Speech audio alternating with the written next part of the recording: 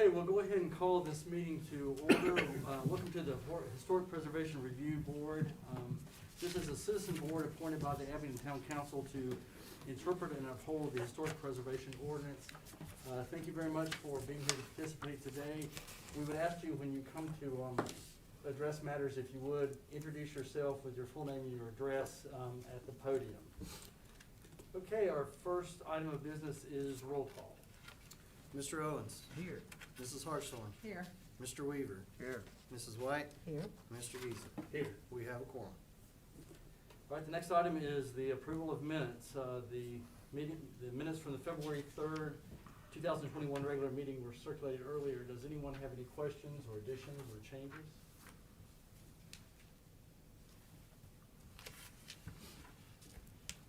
If not, is there a motion to approve the minutes as submitted? I make that motion. Is there a second? Second. Okay, roll call. Mr. Owens. Aye. Mrs. Hartshorn. Aye. Mr. Weaver. Stay. Mrs. White. Aye. And Mr. Geezer. Aye. All right, the next item is the certificate of appropriateness for Washington County. So I believe we have quite a few representatives here.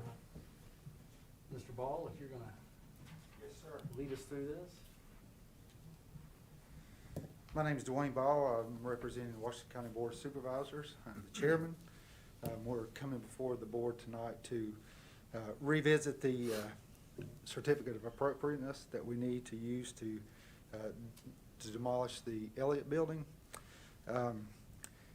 As you all are and as we are, this is a big learning curve for us as a board of supervisors. We overspoke a little bit last time that we were here, in that we thought we were able to give you renderings of the building this week, but we were unable to do so because it's still in the process of being awarded contracts.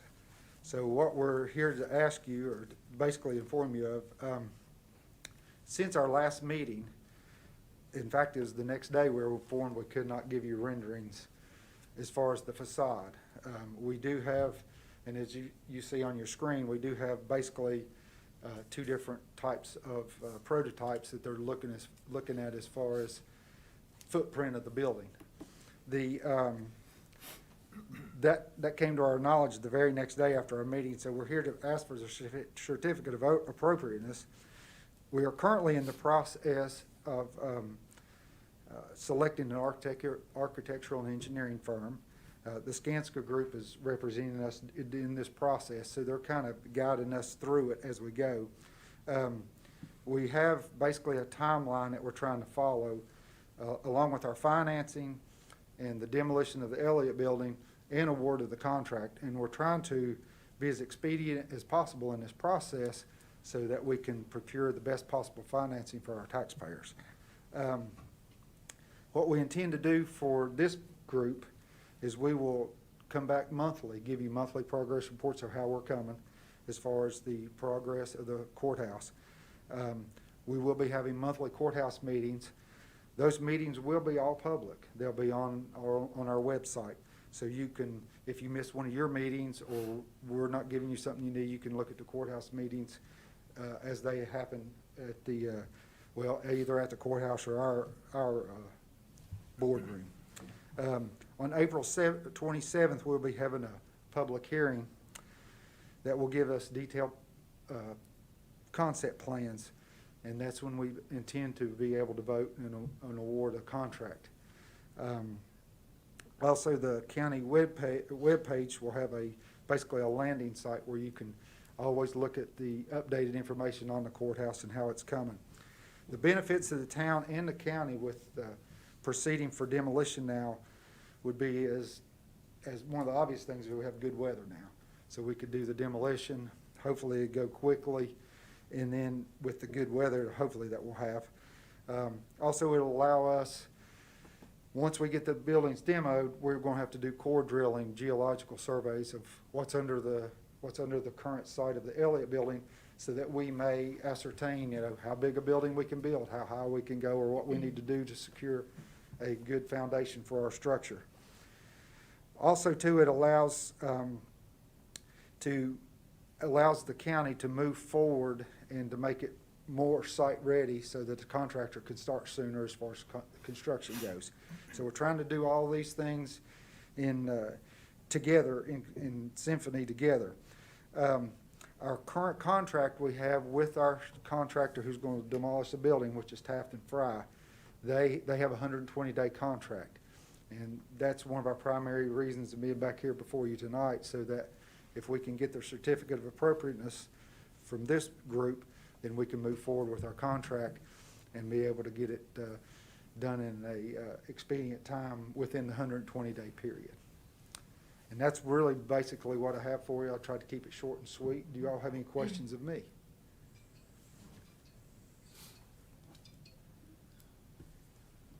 I don't have any questions, but we're all excited about getting this progress started. Right. And as we said before at the last meeting, none of us have any issues with demolition whatsoever to move forward. And I think that's great. I think we can get something done tonight, obviously, again. One thing that we don't want to be the hurdle, in any process of the way. Right, understood. So, and I had talked to Mr. Bell and Mr. Prince earlier about our guidelines that we have to follow. So if you all will follow them, we don't have to do anything, Right. as far as just approve everything.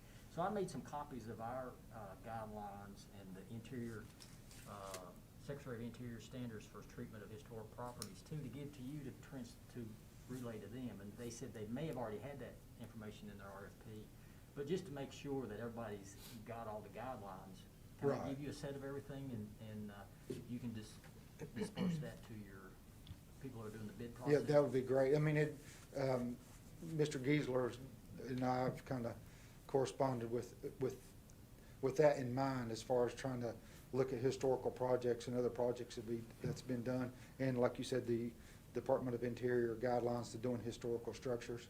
So we've been trying to work together. Like I said, this is all new to, especially me and my board. So we're trying to work our way through this. So hopefully this will expedite everything, and whenever the plan comes back to the courthouse committee. Yes. Obviously, the courthouse committee will have to approve it before it comes to us. Yes. You have two great resources on that committee that can help you with the guidelines. One is your own administrator. Jason Yes. Berry used to be on this board years ago. Yes. And of course, Mr. Giesler's there too, so they can review that before it comes to us, for the final approval. Oh, yes, that'd be great help. I've been trying to read and learn as much about it as I can, and trying to see what other structures look like that other areas have done. So basically, you just need a motion for the demolition only, is that? Correct. Okay. That's what we're looking for, and, without the contingency of having a rendering at this meeting. And we're just trying to move forward with the demolition. I'll just add to Mike's comments that we're all excited about this project, and I think we have the opportunity to do something really wonderful for Washington County and for Abingdon. And Mr. Ball, when you reference this is new territory for you all, we don't do it very often either, Right. approve new construction. New construction's hard.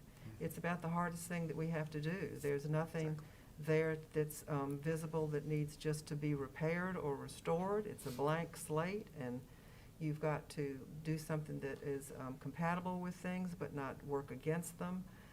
So we're with you on that new territory, and we really want to do the best job we can. Our task is pretty difficult, both of us, because this is not only one of Abingdon's most historic blocks in the historic district. It is between two of the most significantly contributing buildings. Yes. And so we've got to all work as hard as we can to come up with the best design for it. Fortunately, we have help. We have the same help. What Mr. Owens suggested is the guidelines, and I think you do have a copy of them. Yes. So we will be using those guidelines, and you will be using those guidelines. And as you say, together, we'll be able to come up with something that works for both of us. Your end result is a building that serves the needs of the county's business.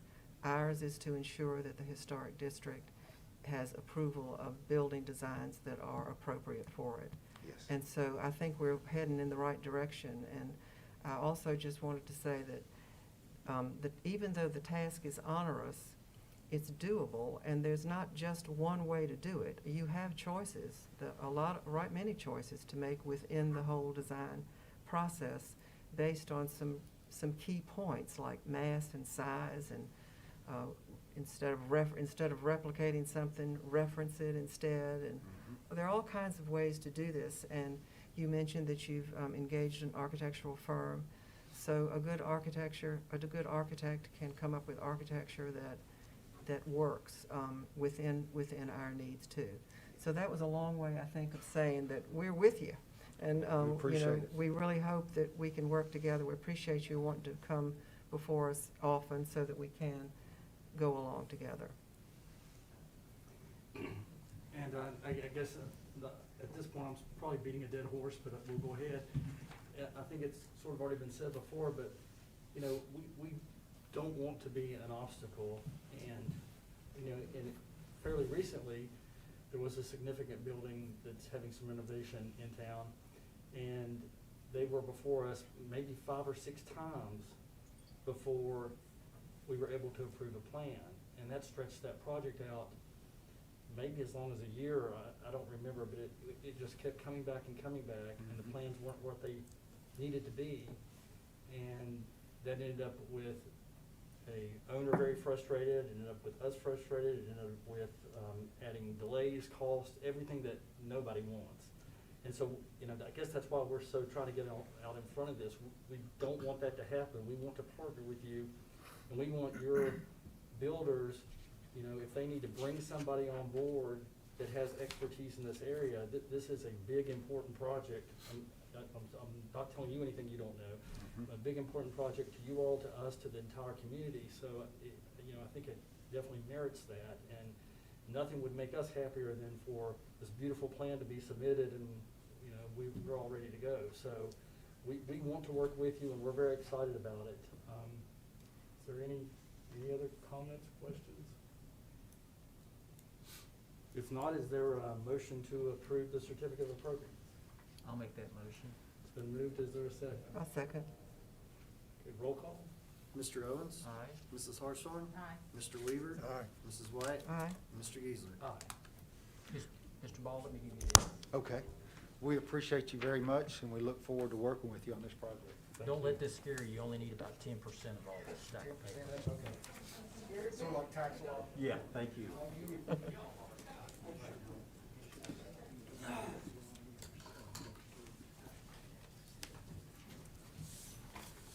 All right, next on the agenda is a certificate of appropriateness for the Abingdon United Methodist Church.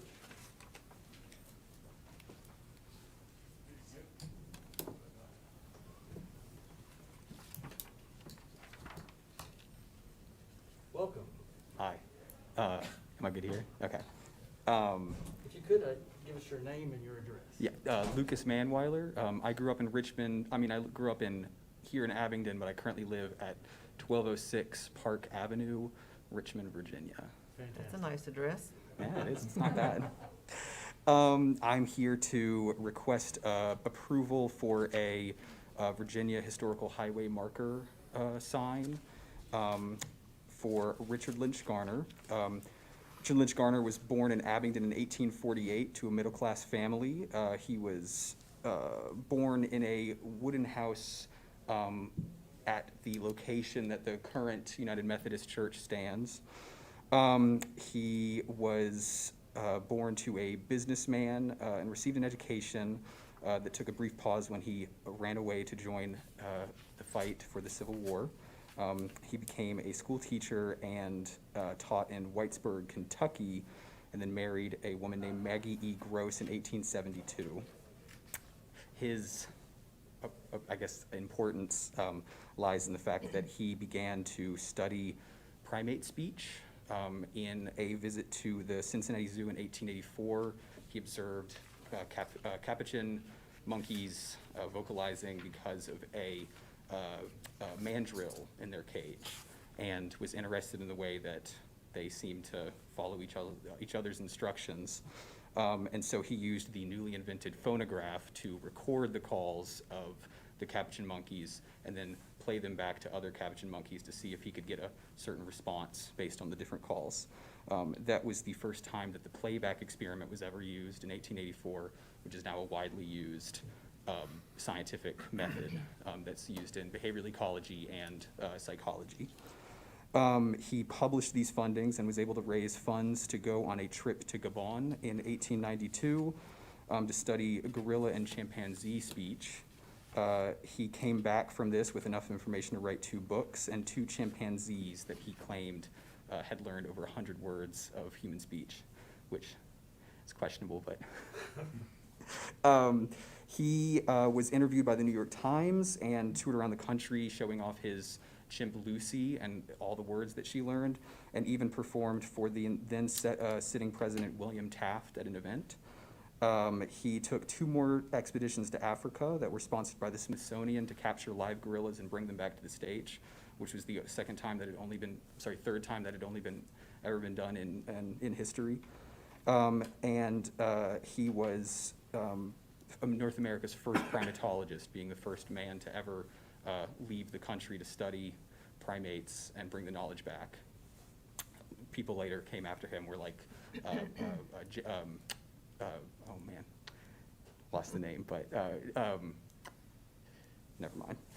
Think of the minute you leave. Yeah, I'm sure. The sign that I'm requesting is just a basic Virginia historical highway marker. They are 3.5 feet by 3.3 feet, cast iron. They're all over town. The reason that I want to put it at the, right there. The reason I want to put it at the United Methodist Church is because I traced deeds that were owned by Garner's father Samuel and the church back to the same spot, proving that at some point they both had lived at the same location. And I have the proposed marker text in written format on this application. If you would like to see it, I can pass it up so you can review it. Yeah, I'd like to see it. You'd like to see it?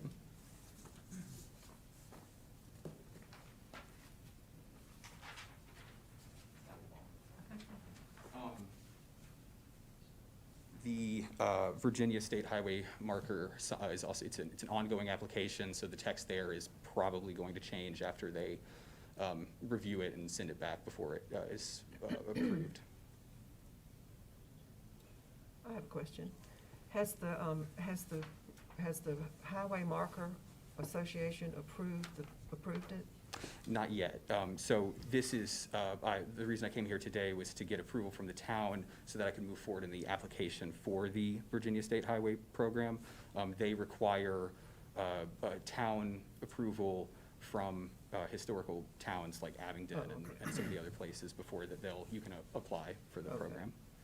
So basically, all you're asking is permission to put a sign, whatever they approve, in that spot? Yes, ma'am. I have gotten permission from the church. I've spoken with then Representative Mr. Countess, and we're moving forward as things go along. Does anyone else have any questions? Oh, I apologize. I have multiple sheets I can hand out. It's a quick read. Yeah.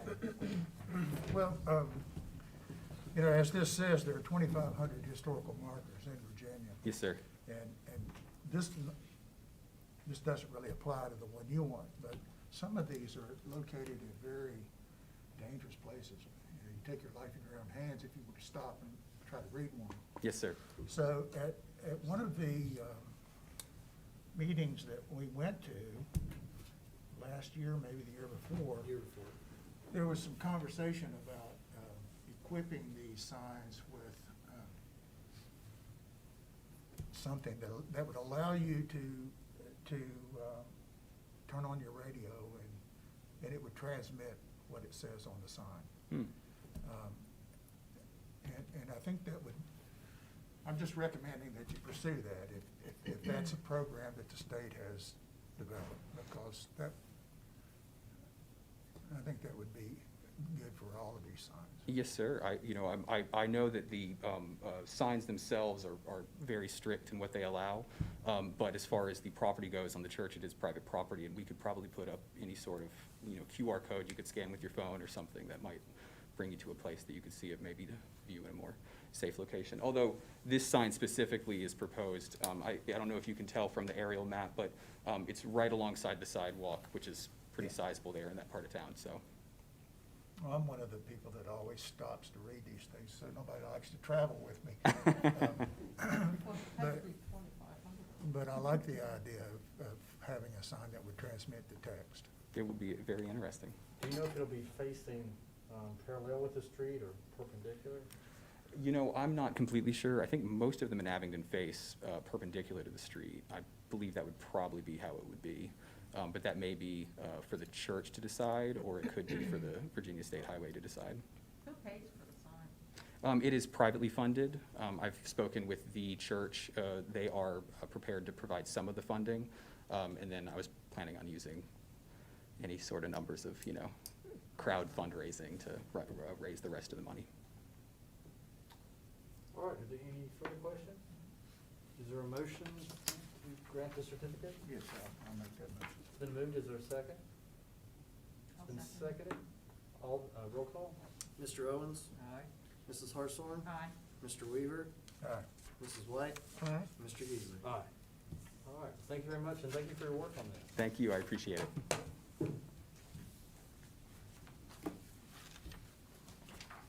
Okay,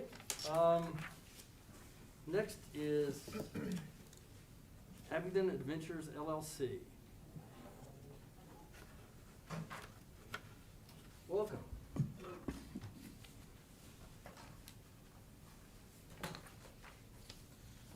Hello, I'm Michael Wright, 167 Backer Lane, Damascus.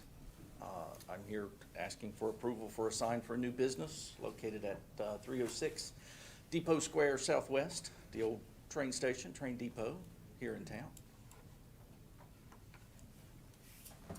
Could you tell us about your sign, where it's going to be? There's it's 2 feet by 2 feet, I think is all that is allowed, so it will be smaller than that.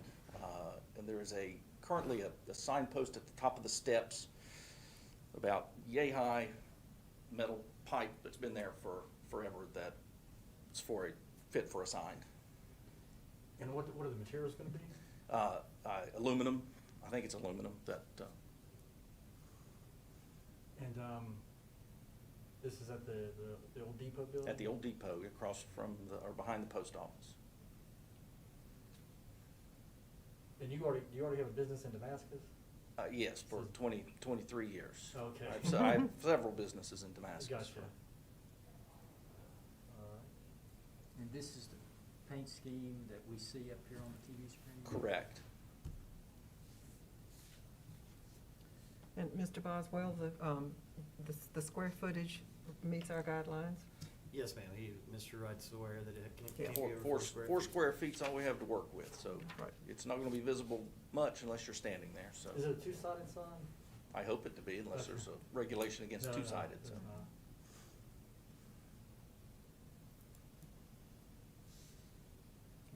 Any, I don't have any questions. is there a motion? I'll make a motion that we go ahead and approve the sign. It's been moved, is there a second? I'll second. All right, it's been seconded. Roll call? Mr. Owens, Aye. Mrs. Hartshorn, Aye. Mr. Weaver, Aye. Mrs. White, Aye. Mr. Geasley. Aye. Thank you very much. Thank you, folks. Thank you.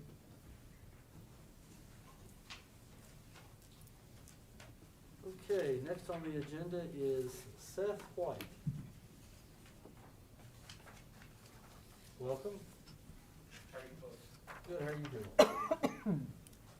First, thank you for getting me on the agenda on short notice. I do appreciate that. I'm Is Seth this White, your, is the address on here, is this your address? 313 West Valley Street. Okay. Yes. I'm Seth White. On this house for several years. We've been kind of a work in progress. And my biggest, the bane of my existence on this house has been the roof, which is the original roof on the house. And, you know, I wanted to try to restore it, which I have spent thousands of dollars trying to do, and it's gone. You know, it's just impossible. And the reason I'm here today, you know, my neighbor about 4 or 5 houses up, I cannot think of her name, she works for Senator. But I saw them, they replaced metal on their house with shingles. And it kind of gave me an idea, and I thought, well, because if I could have done that in the beginning, I would have just done it in the beginning. But what I want to do, I want to make it, I'm asking for your all's permission, to try to keep it as historically accurate as possible, but also, bringing it up some, so that it just makes my life a lot easier. The front porch of the house is a copper roof on the front porch. It's kind of hard to see that because it just looks like, it almost looks like a rubber roof when you see it. The patina is so dark on it. And the back porch of the house still has the original metal on it. And in my plan, yeah, you can see it there, I'm sorry. So my plan on this back porch, which I paid for last year, and then they haven't been able to do it, COVID and getting materials and all that. And then when this came up, he said, we need to wait to see what we're gonna do with the rest of the house before we go stomping around a new porch. What I wanna do is I wanna put new stand and seam metal that'll mirror the exact color that's on there now. This little part, you'll see that window on the right side. When we did our first renovations on the house, that had screw down metal on it, and I replaced that with stand and seam metal, which you can't even see it from the road, but it's almost flat. I don't know if you see, it's right above that right window. Like an opera? Are you looking at our right or your right? My right, I'm sorry. Okay. Yeah, that one, correct. Okay. That roof was, they had replaced it at some point. You couldn't even see it from the road. And when we went in, it was leaking, so we took that off and we put appropriate stand and seam metal there. So we're gonna leave that. And this back porch area, I wanna leave with stand and seam metal. Then we're gonna upgrade with all the appropriate half-round gutters on the back and the front. But what I'm asking, the variance, I guess, would be, is the top section of the house, I would like to put shingles on, 40-year architectural shingles. And I'm open to whatever color you want. I mean, carte blanche, it doesn't matter. This is an estate gray color, and my roofer, he said, this is what I suggest, and I use this on another historical home that I have in Richlands, and it looks great. Or if we wanted to go, there's this chateau green, is more close to the color that the roof is now, and I'm open to that too. Let's see. Here's this one can pass around. I'm sorry. Apologies. No one ever sees me sitting back. It's all the glass.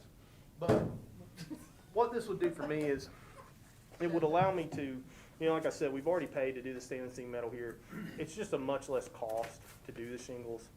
And on this upper section where it's not really even seen as much. But the main section, if you're looking at the back of the house, of course, is the porch. And then the front section, leaving that porch, and you can see it there from the porch, but you can't really tell, but it's just, but it is copper on that front roof. That's where the door is, where you can actually walk out onto the porch. You're just having leak after leak. Yeah, I got pictures. It's ruined the floor that we put in the third floor, and it's just, and Back up a second. You're planning to leave the copper or change? yeah, I'm leaving the Okay. copper. Yeah, here you go. You Okay. see where the flagpole is on the Yeah, front porch? got it. That's copper, and I want to Okay. leave that. The only things we'd be changing, and there's actually a flat section on top that has a rubber roof. That would go back with a rubber member, but you can't see it unless you're flying in an airplane. But it's a 2 square section, and it's already a rubber roof now. That would be replaced with a rubber roof because that's the appropriate thing for the flat part. But the rest of it would be the shingle. Are you replacing the metal in the gable also with shingles? I guess that was the game plan. If we needed to do stand and seam metal, that wouldn't be a problem because we're gonna be doing the back porch. We could do that also there. I don't have any problem with that. So, Mr. White, the reason that you're trying to do, that you want to do this is because it's leaking to the point that it just can't be repaired. Yeah, We really like to keep original roofs if possible, so. Yes, ma'am. So that's a point. Yeah, he explained, well, the way he explained it to me is, and if you can, I don't know if, is there a picture that shows where we patched those, the eaves? There's these long eaves coming down, and we placed a tar substance. In the beginning, I sealed everything with a Sherwin-Williams product that was, supposed to seal the roof. But my roofer says the problem is it's basically rotting from the inside. The metal's getting very thin. And so when it starts to rust or eats out, then it's like holes are just appearing. And he said we just keep going back and patching and patching. But it makes it difficult for us because we can't, you know, I can't even repair the floor that's up there because I keep getting new leaks, and it's extremely frustrating. But it is cost prohibitive to put, you know, the stand and seam on the entire house. It's almost double the cost. And that's really the reason that I would love to go with the shingles, because I've already invested so much in trying to restore and keep what's there, if that makes sense. I wish I could have done this in the beginning. I think it would have been more cost effective. But we have some other things that we want to do to the house, and you know, we've done everything we can to try to keep everything as historically accurate as possible. Well, I mean, asphalt shingles are approved on historic structures. That's not a problem. It's just, as Ms. White indicated, you know, obviously we'd like to see the original features kept, but at some point, I guess all roofs are gonna have to be replaced. They're not gonna last forever. Any, The only concern I have, and I have an old house with a leaky roof on Main Street as well, so I understand your pain. From what I'm hearing, and maybe I'm not hearing correctly, you're talking about like 3 or 4 different materials. This is on one side. Is it gonna look patched together if you've got asphalt and then you've got the metal, and then on the back you've got No. tar? So, Like, what do you? I guess I can't visualize. okay, I'm sorry. Let me point. Maybe if we can point, that might help. So the flagpole, where the flagpole is, this was the original copper roof that was built on that porch, and I want to leave that. It's in Okay. great shape. It doesn't leak. No problems.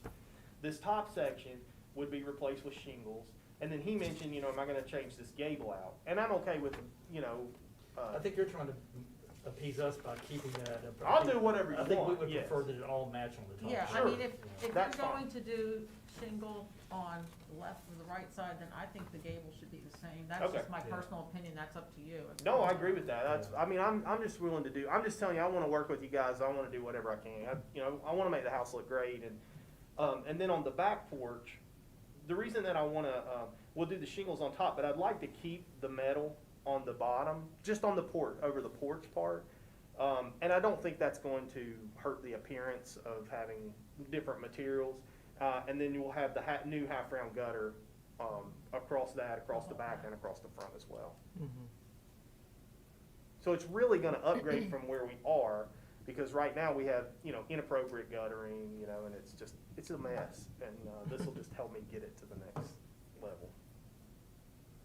You've done a lot in saving that house over these years.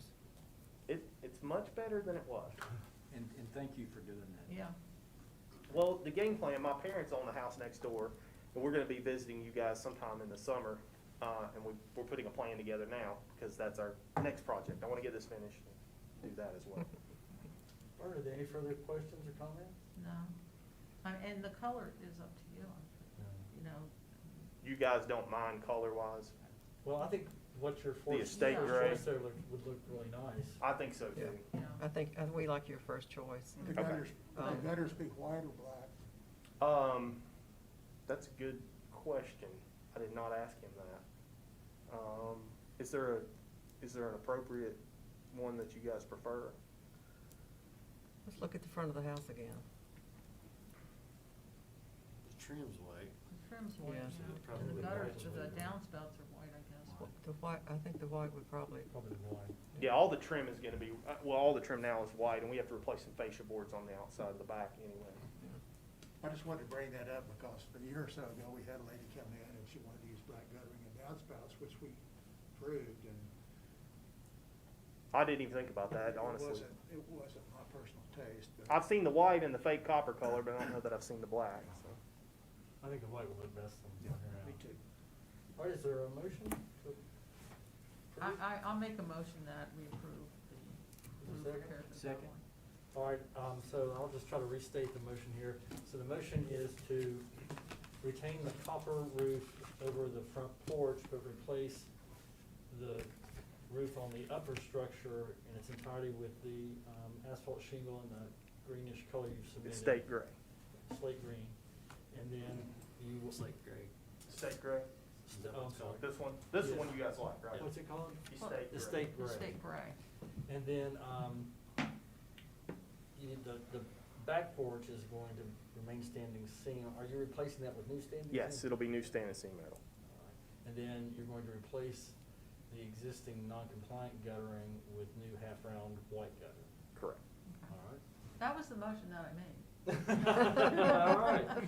All those in, We roll knew it. call. Mr. Owens. Aye. Mrs. Hartshorn. Aye. Mr. Weaver. Aye. Mrs. White. Aye. And Mr. Giesecke. Aye. Thank you guys so Thank much. you. Hey, Seth, Yes. where it's commercial building, just make sure you get in touch with Rick and pull a building permit for the roof. Okay, no problem. Well, we're speeding right now. We're speeding right Thank you now. all so much. Thank you. Thank you. Thanks for all your work. Yeah, thank you. Looks good, doesn't All it? right, the Fields Penthouse, Town of Abington. Oh, boy. Does that need work? Does that need? Just a little bit, just a coat of paint, Mr. Geezer. You don't need much. All right, my name's Matt Henderson. I'm the facilities maintenance manager for the town of Abington. And of course, we were talking about, I think the address, 208, West Main. West West. Main Street. You got it. All right. So, first of many here, there is a cellar basement entrance on the back end of the Fields Pen facing the farmer's market. As you can see, it's in pretty rough shape. And I believe that this has already come before y'all once to do replacement, but, so what I want to do is, the standing seam, black standing seam on the existing roof is match that in with the standing seam roof, just put black standing seam over top of that to just, for longevity, Just to cover the entrance to the basement? just to cover the entrance to the basement. To move The actual foundation, I guess, is of the entrance, there's pretty good shape, it's just the top cover. I do believe that's what the board had approved previously. We just never got around, never had the funds to actually get there. Okay. So the next thing is exterior lighting, front porch and the rear porch. We are doing some electrical upgrades currently. So we thought we would add some exterior lighting coming in to the left and right of the front porch there. Like sconces, is it? Yeah, I've got an example right here.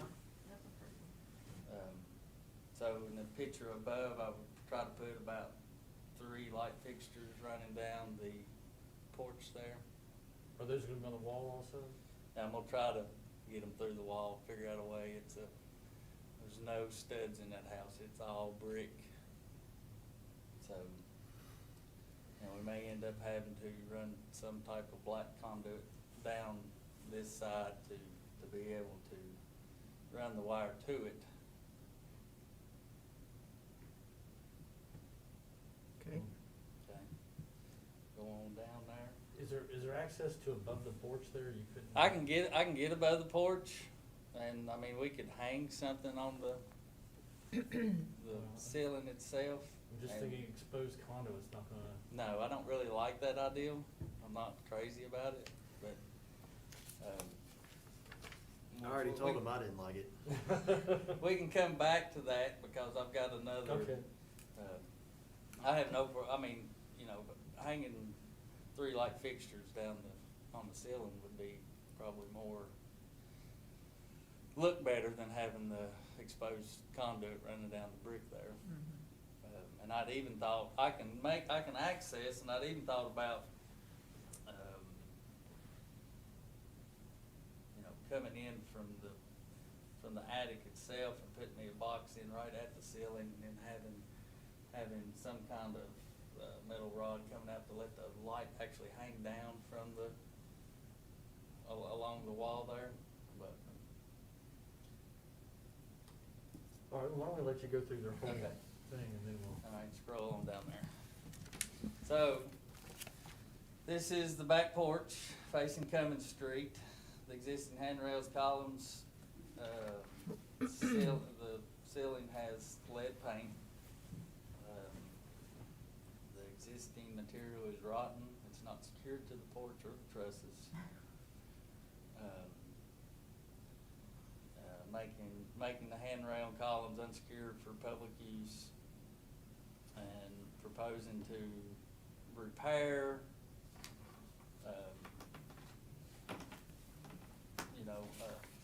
a lot of, pretty much all the existing back porch.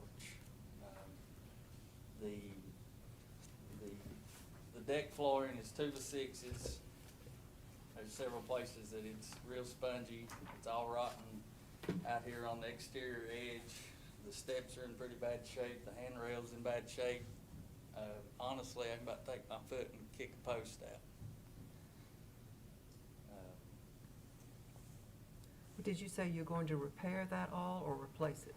Well, so my thought process is try to preserve as much as I can, but a lot of that is lead, so, you got lead exposure. It would, if there was any that was salvageable to be able to replace, then we'd replace it, but pretty much, or replace with what they're taking off, but pretty much just redo the whole back addition. Do you think that's original woodwork? No, I don't. I imagine it was during the, about 1992 renovation of the Fields Penthouse. Do you think that's the correct date? That's probably pretty close. I mean, I think that, using lead paint in 1992? 97 was about when they quit. I think anything before 97's lead-based paint. And you would just build it back exactly the way it is? I would build it back in kind. okay. Okay. All right, go on down there.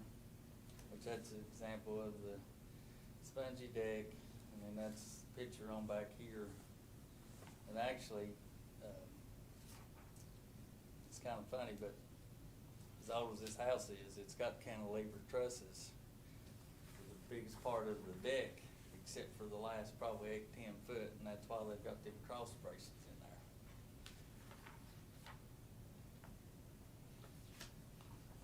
So are the beams, the cantilever beams that are supporting the deck, are they still in good shape? They seem to be in pretty good shape, structure-wise. Well, so those beams are, there was a dog trot there. Yes. So that's, okay. So that's probably why that there wasn't a cantilever coming over that. Okay. And then that was added, I guess that was added back on at Yeah. some point in time. Those support pieces that are on 45-degree angle there, is that what that is, or is that just architectural? That is, from looking at it, that is for support. Should we match that up all the way over, or is that? Well, I spent some time there.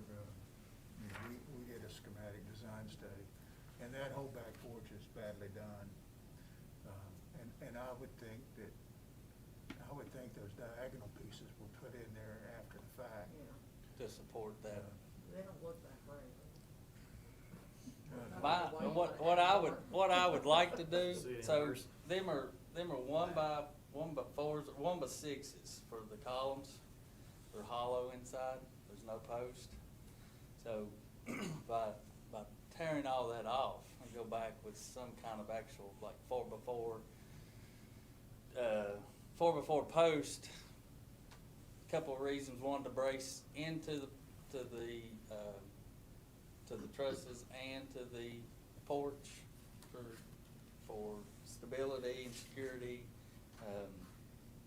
and then whether we went back to try to make that look like where it's got the angle brace, we can either take that completely out and not have that, because it's only 1 out of 4 sections that's got the angle brace. I can't imagine that was an original design. No. I can't either, I think I would like to eliminate it. If we can, let's do. yeah. I think if you do the 4x4s, you need to dress them out so that they are the same dimension as what's there. Yeah, I think a 4x4 would fit in that, and then I'd just come back and wrap it with like what's there, a 1x6, to make it all match and look in kind. So, and then that goes back to the whole light picture. The ceiling itself is lead base. It's the 1-inch strips. I don't know if I've got a really good, go back. Kinda see it You can here. kinda see it there. But there's just sections right there, you know, it'd be like a couple 2-foot sections here, and it's just been repaired and replaced over time. And I'd like to redo that in kind, same thing. And then we could come back and hang the light fixture from the ceiling instead of hanging it on the wall and having a piece of conduit run down the wall. Yeah.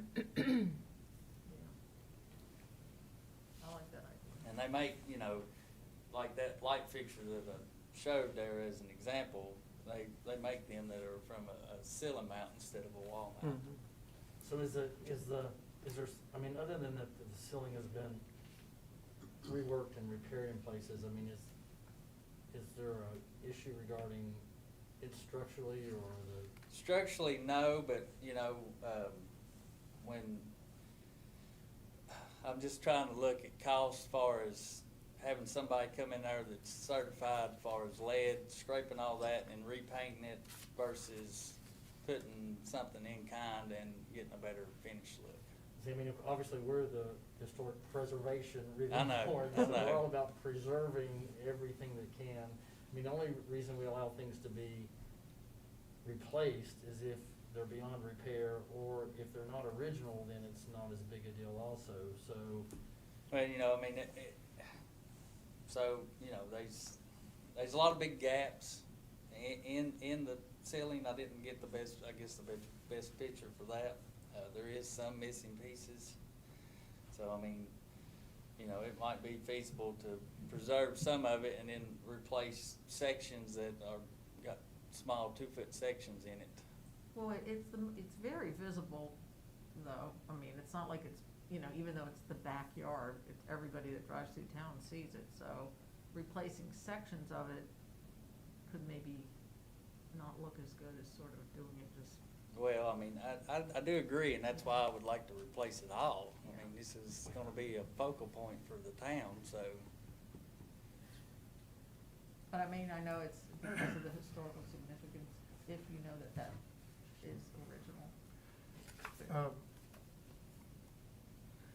This is on my mind, so I'm just gonna say it. I don't mind the sconces on each side of the front door. I think that's appropriate. But a few years ago, I was involved in a project where we restored an old school into 14 apartments. And I did what you are suggesting, and that is that on the back of the building, I had light fixtures like that, and I lined them up. And when the state historical person came to look at it, she said, I'd rather you had not done that, because that area didn't have those type of fixtures to begin with, and so now you put something out there that's not original. She Right. said it would be best if you did something contemporary, so that if anybody ever looked at it, they would know that this is new and not trying to make it look like something old. And the way that relates to the back porch is that I think I would prefer just to see one can light recessed into that roof ceiling at each bay, and that way, from the street, you get the illumination that you want, but you don't really look at a fixture. Right. Well, I'm not opposed to that either. That's I just mean, my that's- preference. I would agree with you. What is your time frame for the decision on the lighting back there? I mean, do you have to, could it be deferred for a couple of weeks while this is studied? Yeah, I mean, that could be deferred for a That couple one of weeks piece of it? until. Yeah. Because even if, you know, even if we're able to move forward on the porch and everything, and then whatever we decide on the ceiling, you know, I wouldn't put no lighting, in there until all that was finished Anyway. anyways. All right. I'm not sure about the date of the porch. Of course, you know, it's not a part of the house proper in 1860. It was a kitchen, a detached kitchen with a dog Correct. trot that was between the kitchen and the main house. And then at some point, that was connected and a porch put on it. Correct. And I don't I know don't know if you. the time frame. I don't know the time frame for the porch either, I you would know say how. it's certainly done before 1945 or whatever that Yeah. date is. So is there anything to be done with the decking on the porch? Well, the decking itself is treated 2x6s. So it's new, relatively. It's, Well, but you said it was spongy. it's spongy right here, and then out here on the edge, it's, you know, it's took a lot of weather, beating and banging. Same way with these back steps.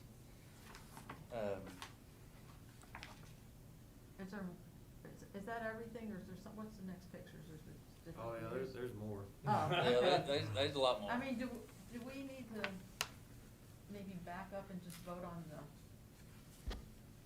stair thing, or we're gonna do it all in one thing? Well, I think why don't we listen to all of it, and Okay. then, And then tear it, then else it may chunk relate it up? to it. Yeah. Okay. Why don't you just proceed with the rest of it? Okay. Yeah. All right, let's go to the shutters. So currently I took all the shutters down, just to start doing some routine maintenance. I know it's hard to tell, but these pictures are actually inside a Fields pen in the display case. You might be able to see better. Go down to the next one. I don't know. You can see, so right here, you know, I know this is a black and white photo, but it looks like the shutters were white at one point in time. And currently, right now, they're green. So what I'm proposing was like to go back with white instead of green shutters. That, in that top picture, you can also tell that there was no diagonal bracing on the back porch. Yeah. Yeah, there's no diagonal bracing back there. Mhm. Okay. Alright, so now, the existing front porch, there's about a 3 to 4 inch lip there. And to make it ADA compliant, I need to raise the porch. And my thought is I would tear that existing decking that's off and just build the porch up to meet the threshold going into the entrance of the front door. And then that way, everything else, the handrail, well, probably would raise the handrails up to be the same adequate height. That way, the rest of the structure stays the same, nothing gets changed. And if my memory serves me right, I think this was put on, this porch was put on in '97. That's right. Or even maybe just a smidge later than that. Yeah, somewhere in the late Yeah. '90s. Right. So is it not ADA compliant because it's not equal with the threshold into the house? Correct. Correct. What about that step on the very front? Well, I'll get to that right here in a minute. So what you're going to do is retain the railings, though. You're just going to raise them up a little bit? Raise them up, I'm gonna tear the existing deck floor, take it off, raise the whole, build up the existing, framing to be compliant, to have a smooth transition into the front entrance. Okay. And you said that's about 3 inches? At 3 to 4 inches. So will you just cut some of the bottom off those pole posts to make that happen? Well, my thought is just to build, I mean, may end up just laying more subfloor down to raise this up and then come back with a band outside to cover all that in to make it look uniformal. Mm-hmm. I'll tell you just information about that porch. It was probably a 98 or something like that we were talking about, but Jim Moran is the one who did that porch, and what he used was, there was a ghost of this porch there on the wall, on the outside wall, and we found inside a piece of it, a piece of this. And then there was a duplicate porch just like this, like that piece that we found and that matched the ghost, out in the county, Cave Spring House out there near Emory, near Brook Hall. Uh-huh.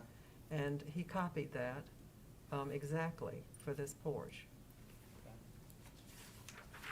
That replaced a porch that ran all the way along the front of the house. Yeah, one of them pictures Yeah, with the shows shutters, that it porch. shows that porch. Right.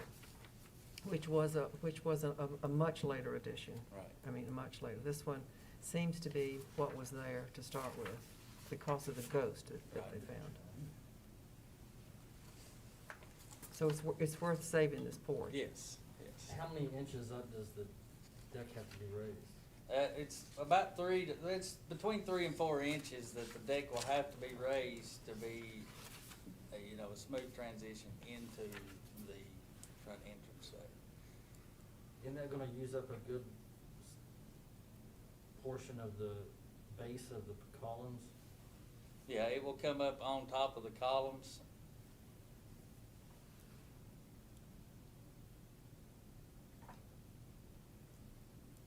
Okay, we'll go ahead. All right, let's go on to so this is the front porch walkway for a new ADA compliant ramp coming into the front porch.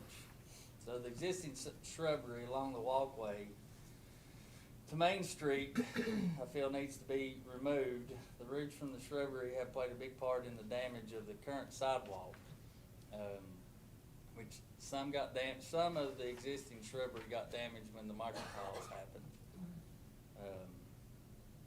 When the what happened? The micropause, when we had done the stabilization Oh. of the exterior walls.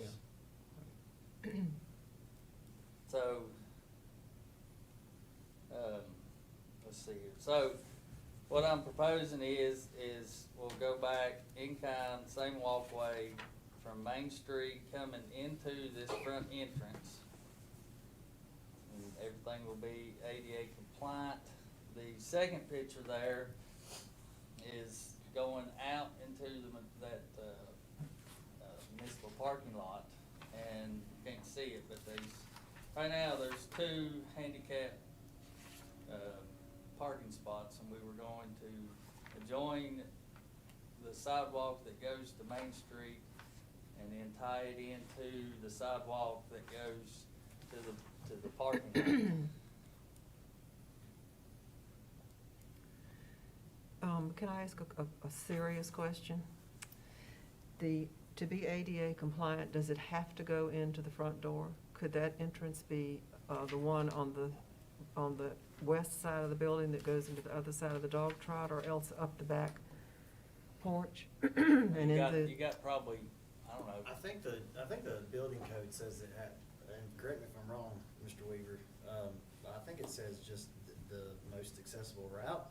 I don't know that there's a right or wrong answer to whether it has to go to the front or to the dog trot. Whenever possible, they like for the disabled people to be able to enter the main door with everyone else.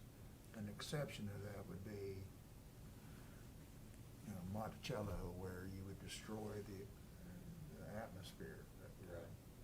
Well, I mean, in a lesser degree, that's what we're talking about here, is the front door. I just, before we discard that idea, I just wanted to ask if it had been thought about.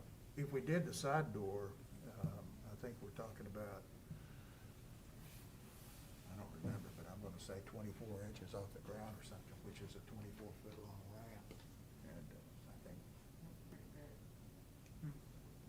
It would be long, but it would be in the backyard. yes. Yes. Well, okay. Is that it? Let's see here. Well, the only other thing is coming off the back porch is the same thing, is redoing that sidewalk.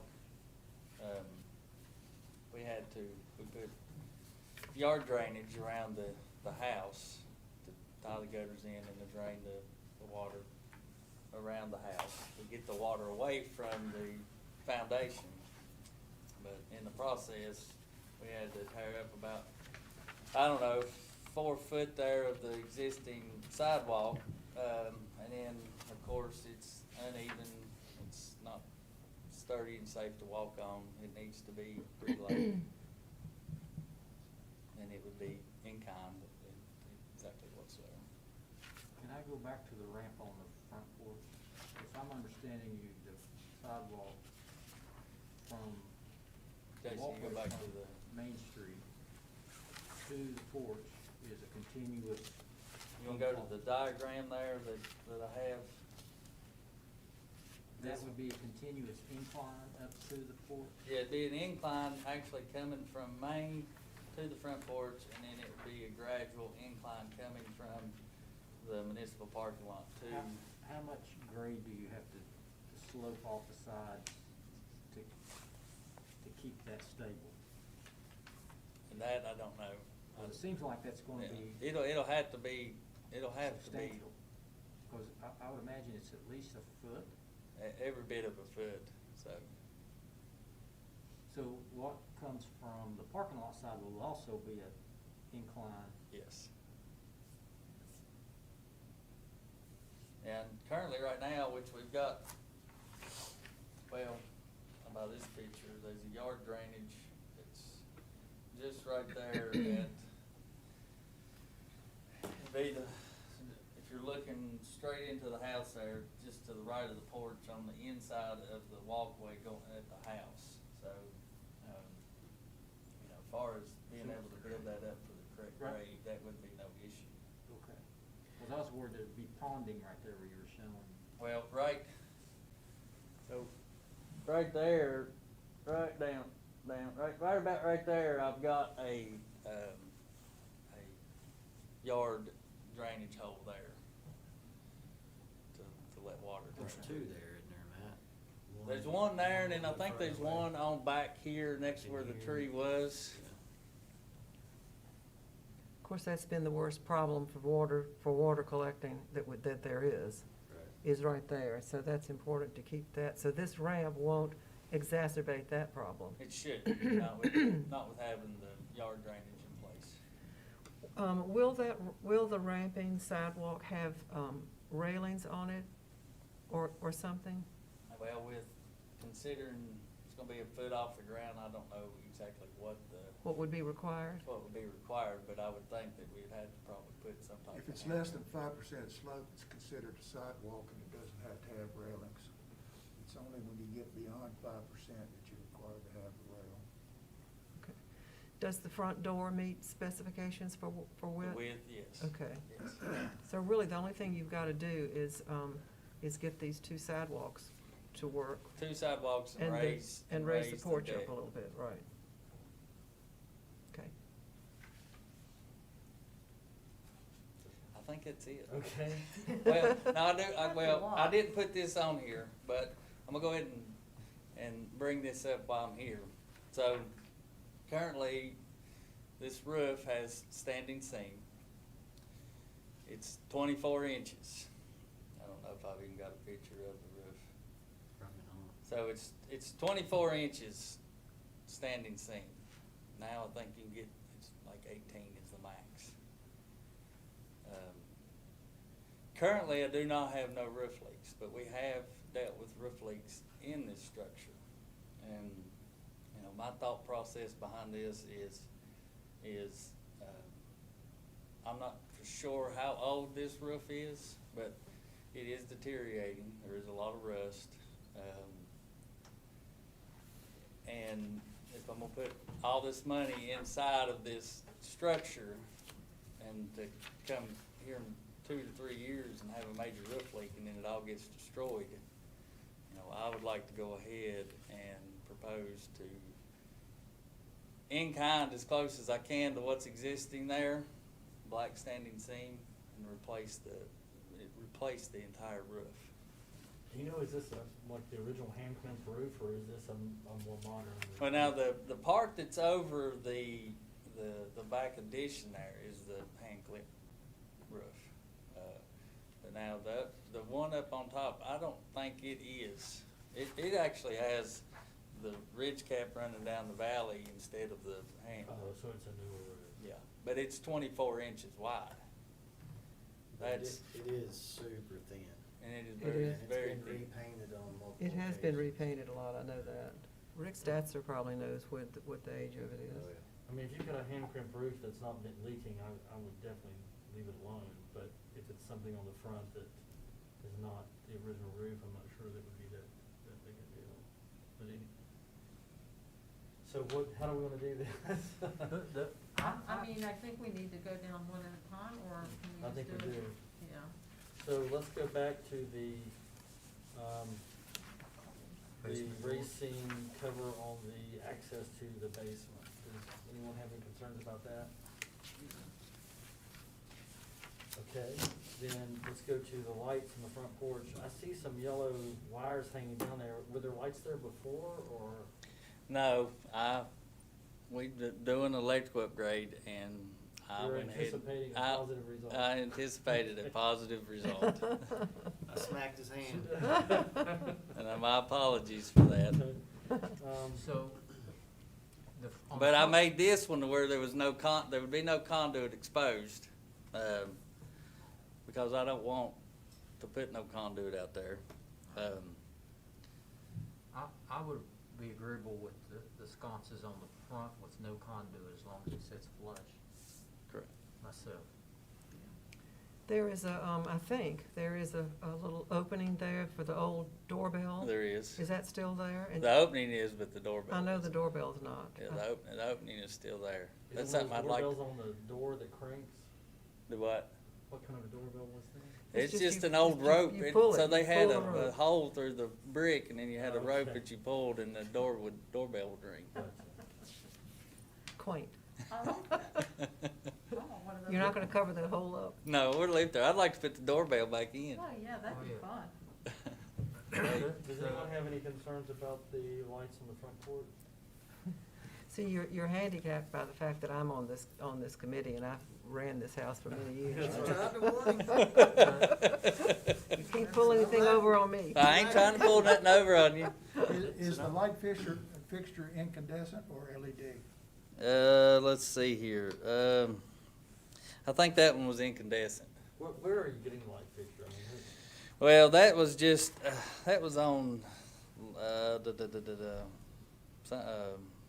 something I'd surfed on the web. I think it's like historical lamps, something like that. I don't know. It had a lot I of, think we'd have to approve the actual lamp. Yeah.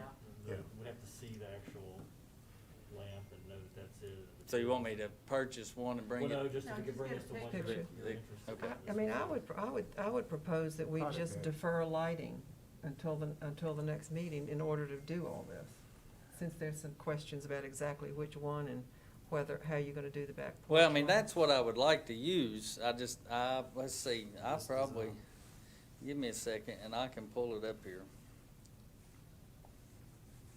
Did you say what the size of that is? I'll give you, if you'll give me 1 second, I will. For me, as far as the lighting on the porch that he's shown there, I agree with Michael. I don't think the sconces would be appropriate on the side of the building.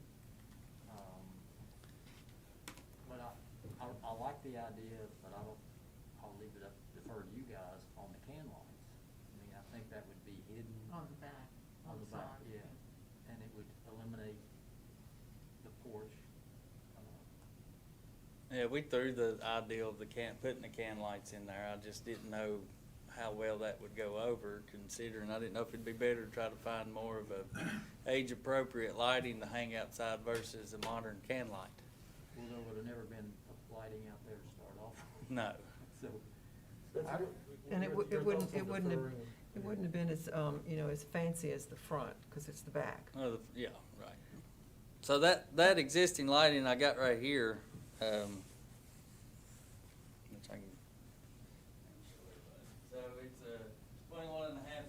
21.25 inches height, outdoor light, 2 light, wet rated.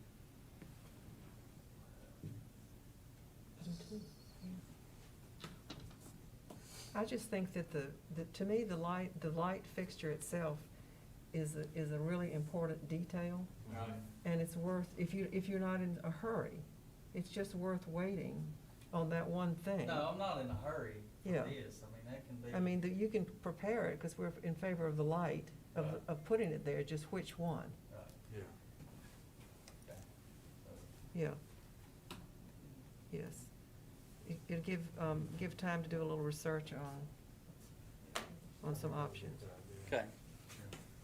All right, so we're sort of talking about deferring the lighting decision. I have a But- comment about lighting though. we're back to the can lights. I think it would be better to have LED back there so, because they don't get hot and they don't Right. draw bugs. Yeah, But you don't want one that's 4,300K that lights up the whole neighborhood. right. You know, just whatever the minimum illumination is for that porch. Well, you know, now they make them can lights, it's them retrofit can lights, it's got that box that you can do from 2,500 to 6,500, Yeah, and okay, I should have. Okay, the next, I guess, is the railing and post of the porch. Does anyone have any concerns about that? The idea you go back with, pretty much you wanna go back in kind. Right. You know, the Mhm. same thing, the spacing, everything, the 1x4s, the 2x6s, cause the 1x4s are on the post and it's got 2x6s down there on the bottom. Go back with, you know, same type of lattice, 2x6 on the decking. So, you know, everything, and even the 1x4 up top, you know, everything go back in kind, just new. gotcha. All right, any concerns about that? Nope. Now, what about? I have a concern. Would you like to see if we replace the lattice, could that go back white as well, rather than the And the green? hunter green? Mhm. Probably didn't have anything originally. Sure. Anybody have any concerns about that? No. Okay, now, the porch ceiling, I do have a concern about that. I mean, I understand your motivation, but for us, the goal is not to make it like some pretty uniform, nice ceiling. Right. That's not nearly as important as preserving the way that it was originally built by the original builders. And so, you know, if this were the original porch and, you know, it's not, and it's in bad shape, so we're replacing that, but it doesn't seem like the ceiling there. Well, I is- don't know, go to a picture of the front porch, Jason. I think it's back up the other way. Well, I don't have, but so, on the front porch, on the ceiling, it's the exact same thing. It's a one by slats. Could we defer that and let us take a chance? Yeah, I was just explaining, I mean, I can get some pictures of that too to show you, but I thought, you know, if we could go back to since this is newer, not really newer, but Mhm. it's newer than the back porch, but go back to something that was matching that. Mhm. And in that way that but I mean, I can get you some pictures next time we come back, and get some pictures of what's existing out there on the front porch. Well, I think it might be more helpful for us between our meeting, this meeting, next meeting, for us to take a look at Yeah. it.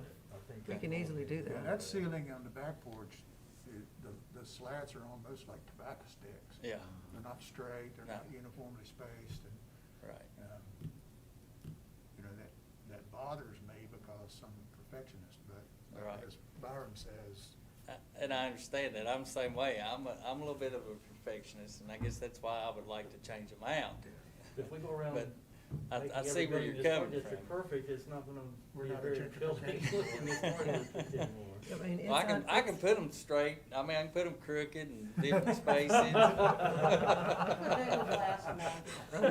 we're a preservation board, not a gentrification board. Yeah, that's right. Well, and their unevenness may point to the fact that that is the original porch roof of that porch addition. Well, I'll obtain some more pictures of the existing porch roof on the front and the back, and then we can. defer And we'll that all to go by next. and look at it too. Okay.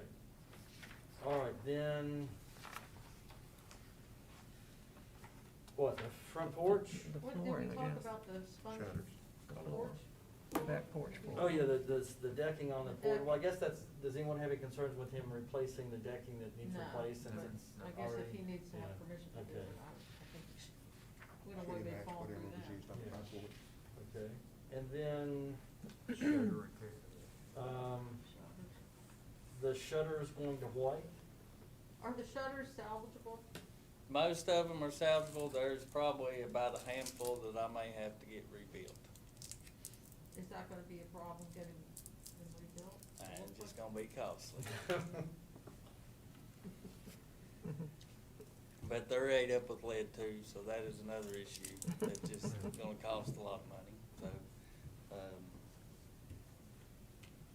All right.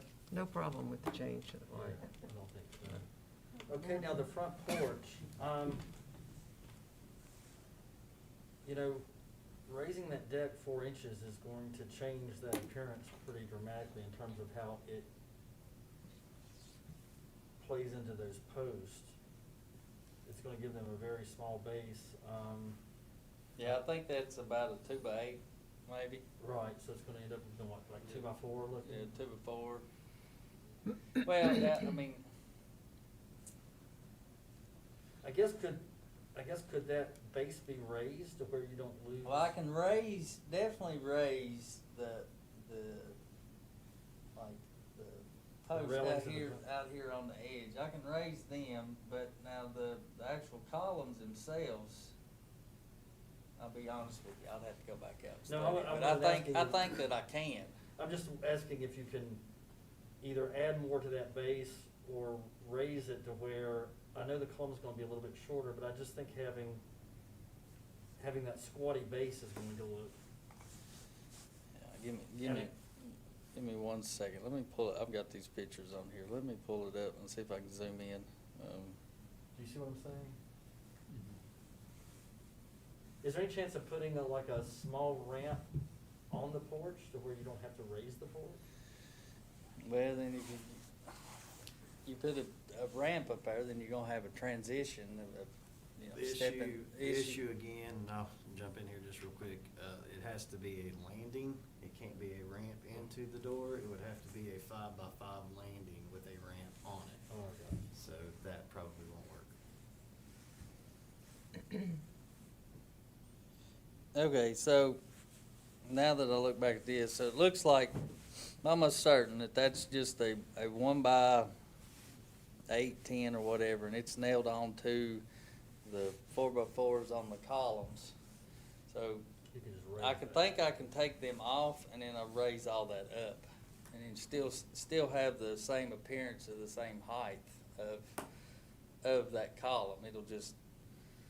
It'll shorten the column length or length down, but I'll still have the, I think that would be a lot less noticeable than cutting half of the base off of it, and losing half of the base. right. Yeah, I think that was now I'm going back and looking at it, thinking about it, because there's so much to think about on this house. But anyways, my plan was to take that 1x off and then raise the deck up and then put it back.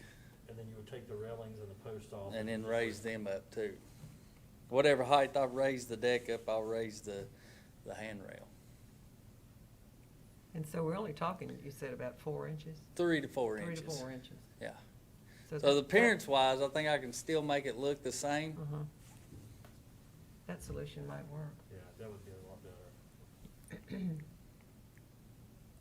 Any other concerns about the porch? I mean, a lot of work. And then what about the walkways? Any questions or concerns No, about those? that makes sense. As long as we get enough slope off. Yeah, I'm good with that. Yeah, you gotta feather it out. You can't just yeah. cut it. Gotta feather it out. Is somebody ready to put this into a motion? No. So that just so as long as make sure I'm clear. So the only thing that we're putting off till next time, of course, is the exterior lighting and then the ceiling on the porches, Mhm. correct? But I feel like we're not telling you that you can't just get the wiring done. Right, I can go ahead and put the I've got the wiring laid up there in the attic. Okay. All I've gotta do is put the boxes in and secure everything. So the wiring is there. Well, I'll make the motion. Okay. Okay, so I can do it 2 ways. I can move that we accept it as presented with the exception of the exterior lighting fixtures and the ceiling repair or replacement to the back porch. Or I could do it individually. I think that was perfect. I think that worked. Okay. Sounded good to me. All right. Is there a second? I'll second that. All right, roll call. Mr. Owens? Aye. Mrs. Hartshorn? Aye. Mr. Weaver? Aye. Mrs. White? Aye. Mr. Giesman? Aye. Thank you for taking Thank care you. of the Thank you Fields very Pen. much. Thank y'all. We all loved it. Well, hopefully you'll love it even more here in about, maybe Oh, 10 yeah. years. Yeah. Thank you, Mr. Anderson. Thank you, Jason. Thank you very much. All right, the next item is public comments. We're running out of public. Mr. Ball, do you have a comment? No, I appreciate what you all did for us tonight. I've never sat through a board meeting, so I came back to see how things are done. All right, All well, you're right. welcome anytime. We have lots of fun here. A lot of things, a lot of neat things you're doing. Yeah. We have 2 pictures we could give you, I mean, after we adjourn, that you might be interested in. Yeah. Would be. Is that okay with you? Okay, sure. Yeah. All right, the next is, Are we doing a deal with these tonight? what was it? Waiver of certificate of appropriateness? Oh, I thought we were I through, guess I'm we don't sorry. do, I think you just put the waivers in for As our. I put for your all. FYI, Yeah. yeah. Now, we do You have, know what's going on. preservation plan discussion. Do you want to feel like getting into that tonight, or do you wanna, have we done enough and wanna? I think we've done enough. Let me just take 5 minutes of the, just so y'all can start thinking about it. The action plan and implementation, there was 11 recommendations. And Jason has the ones that have been accomplished, so to speak. But just let me read these recommendations so y'all can start thinking about them, so we can decide what we're gonna tackle first. Are you taking this from The old preservation plan. From there's 2 things we have, the 2014 preservation plan? The 98 plan and the 2014 update, beginning of the update. Jason, did you make me a copy of that? I was getting ready to, Mr. Gregg got you a Oh. copy of the preservation. I do Thank not know which one I have I here. couldn't get it to print. Thank you, you should save me a text. I was Me? gonna text him and tell him to Oh, get it. okay. So I don't know which one I have. Well, one of them's obviously a draft, because it has, red marks and comments That's on what it. this is. Yeah. And it's dated at the top. Yes, this one's dated, March 5, 2014. That's the planning notes. That's our just notes when we started this process. We just got into a draft and not any further. And then I have, this is a set of goals, draft beginning set of goals. Are those the goals you're working through? What I have here is, What's the date on yours? doesn't have a date on it. It says Department of Historic Resources Extension Inventory is what Jason sent us, and then at the end of it, it has, the preservation plan consists of the following, and it goes through 5 bullets. So is this the Department of Historic Resources document? It's a summary, I guess, of that. It's got 1, Abington's Historic Resources, which is A, overview of Abington, B, identification of historic resources, and C, recommendations of the 1998 Historic Architectural and Archaeological Survey. Survey completed 1998. Does that look familiar to anything? Yeah, that's the information that I had Mr. Gregg send you a couple weeks ago. I don't know if you all printed that out or not. I have an extra copy of it if you all want to. Yeah, I'm just asking what this is and where it came from. I mean, what is it? This is information, some of this is the extension inventory from the Department of Historic Resources that I asked him to send you all. Right. And then the backside of it is the preservation plan contents, and it breaks it down into subsections of things that are actually in the plan. And down through there, you'll see notes of what has already been accomplished in the plan, the existing plan. Okay. So it's just a breakdown of the elements in the plan and what have been done, what's been done. Okay, and so Currently. Mike, you're summarizing what? It's a summary of that, I think. Okay. Is what I have. I didn't do it, but it's, I've got it from an email from, I don't know if it's Jason or Mason that sent it to me. Okay. But at the very end of it, it has action plan and implementation, 11 recommendations of the plan. And that's from the preservation plan. That, Right. Of 98? Yes, ma'am. Yeah, of the original plan. Okay. Yeah. And when we started in 2014, that's what we started with, That's what we started with. to see what we had done, and then we created these 5 goals Right. for what we hope to do going forward. Okay.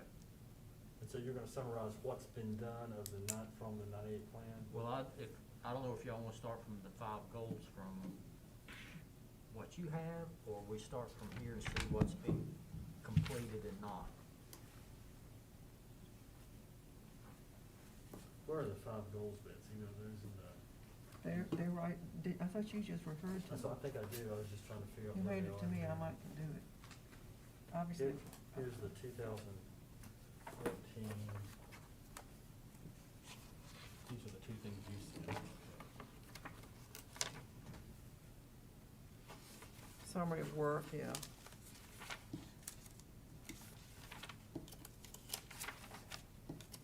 It was the last thing, I think, was the goals.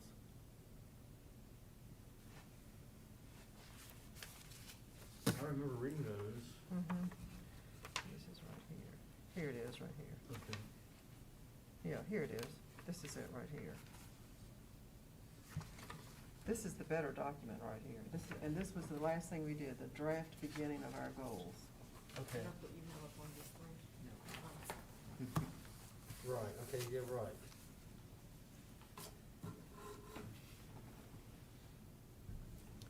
I don't have that. That's- Oh, so you were looking at what's been done from the goals of the 98 plan.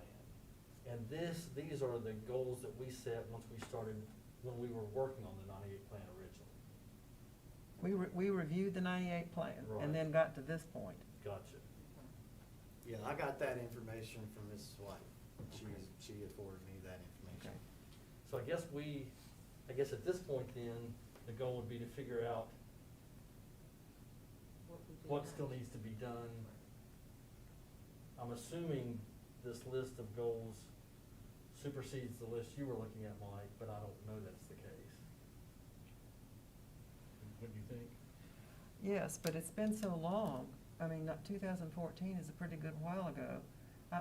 Has everybody read that summary of where we were? Mm-hmm. And I think the number 1 would be possibly to agree with that as a good summary and a good starting place, and then to look at the goals and see if those goals still look like they are viable. They're draft. Remember, it says draft goals. Mm-hmm. And then either accept all 5 of them, or some of them, or add to them. You know, that'd be a good place to start. Well, you want me to go through these goals from 2014, Mike, and then you keep up and Yep. see if there's anything Yep. that's missing from the Yep. ones you're looking at? Yep. All right. So goal 1 was increase the number of rehabilitated historic buildings by a certain %. That's not on, What's that? I don't see that on here, but keep going. Okay. So increase the number of rehabilitated That, buildings. you know, that refers just to the ongoing work of Right. the preservation of the historic district, of preserving it. Goal 2, increase and enlarge the jurisdiction effectiveness of the Historic Preservation Commission. So I think that would be, obviously then, increasing the size of the historic district. Mhm. Increasing what? The size of the historic district, bringing it into compliance Right. with the Virginia board. But didn't we already hear from Cam that we can't do that? We can, it's a process. Yeah. Okay, objective 3, bring Abington's planning, rehabilitation, and construction policies up to current standards for sustainable preservation practices.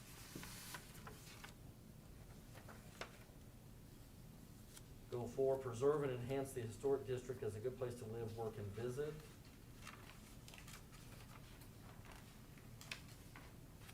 Goal 5, create a stronger awareness of and appreciation for historic preservation as an economic development pathway to strong community.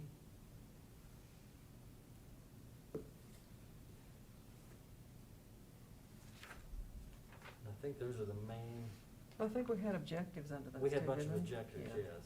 Some more specific things to do toward that goal. I mean, in my opinion, I think you guys did all that work. I think and it's a good place for us to start. I don't think we need to come up with anything new at this point. Well, what are the We goals need that to work were? on what we have. The original goal? Yes. It The starts 11? off with recognize historic properties outside of the Abingdon Historic District. Depot Square is an example, which was established in November 2020. Complete a comprehensive reconnaissance level survey, which is being completed November 2020. Prepare and adopt comprehensive review guidelines, which we have comprehensive review guidelines, but I think they probably should be reviewed again. You know, at that point, they were very, very sketchy in '98. They were Yeah. really very small. And we hadn't done any surveys, so that first survey was done then. Right after that, Phil Thomason's did it. Right. And then the second one was done Just recently. Mhm. Adopt a demolition by neglect provision within the zoning ordinance, which has been done. Adopt conservation zoning within the zoning ordinance. I don't know. That has not been done. Adopt a moratorium on professional and public offices and other commercial uses from areas designated within sub-districts 7, 10, 11 in the Olden Historic District. This topic was a point of contention throughout the process. I don't know if y'all remember, there's a lot of, Yeah. anyway. Create a county preservation committee. Create a workable traffic plan for the historic district. Encourage landscaping and Interpretation. of Plum Alley. Additional considerations for landscaping in the Olden Historic District, referenced in the design new review guidelines, and promote archaeological investigations and promote private stewardship and protection of archaeological sites.